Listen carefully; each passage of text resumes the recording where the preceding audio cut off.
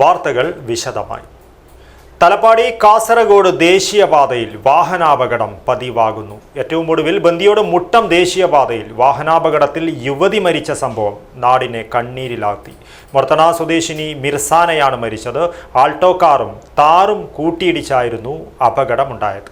അൽഡ്രുബ fried chicken masala mix marinate coat and fry ഇത്രയേ ഉള്ളൂ.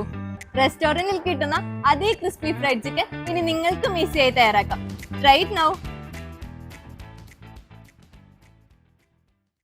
തലപ്പാടി കാസർഗോഡ് ദേശീയപാതയിൽ 1-ാം റീച്ചിൽ വാഹനാപകടം പതിവാകുന്നത് ആശങ്ക ഉയർത്തുന്നു. സമീപകാലങ്ങളിൽ നിരവധി അപകടങ്ങളാണ് ഈ പാതയിലുണ്ടായത്. അപകടത്തിൽ നിരവധി പേർക്ക് ജീവൻ നഷ്ടമാകുകയും നിരവധി പേർക്ക് പരിക്കേൽക്കുകയും ചെയ്തു. ഏറ്റവും ഒടുവിലായി ബന്ദിയോട് മുട്ടം ദേശീയപാതയിലാണ് വാഹനാപകടമുണ്ടായത്. ഞായറാഴ്ച രാത്രി 7:45 ആൾട്ടോ കാറും താറും കൂട്ടിയിടിച്ചായിരുന്നു അപകടമുണ്ടായത്. നാടിനെ നടുക്കിയ അപകടത്തിൽ യുവതി മരണപ്പെടുകയും 2 വാഹനങ്ങളിൽ ഉണ്ടായിരുന്നവർക്ക് പരിക്കേൽക്കുകയും ചെയ്തു.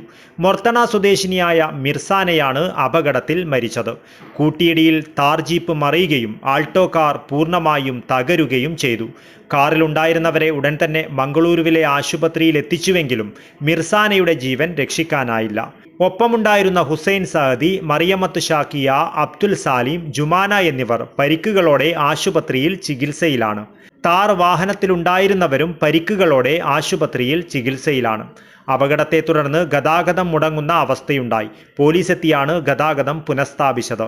സംഭവത്തിൽ അപകടത്തിൻ്റെ കാരണം ഉൾപ്പെടെയുള്ള കാര്യങ്ങളിൽ പോലീസ് അന്വേഷണം നടത്തി വരുന്നുണ്ട്. Abdul Rahiman Udyavar, news bureau, Manjeshwaram.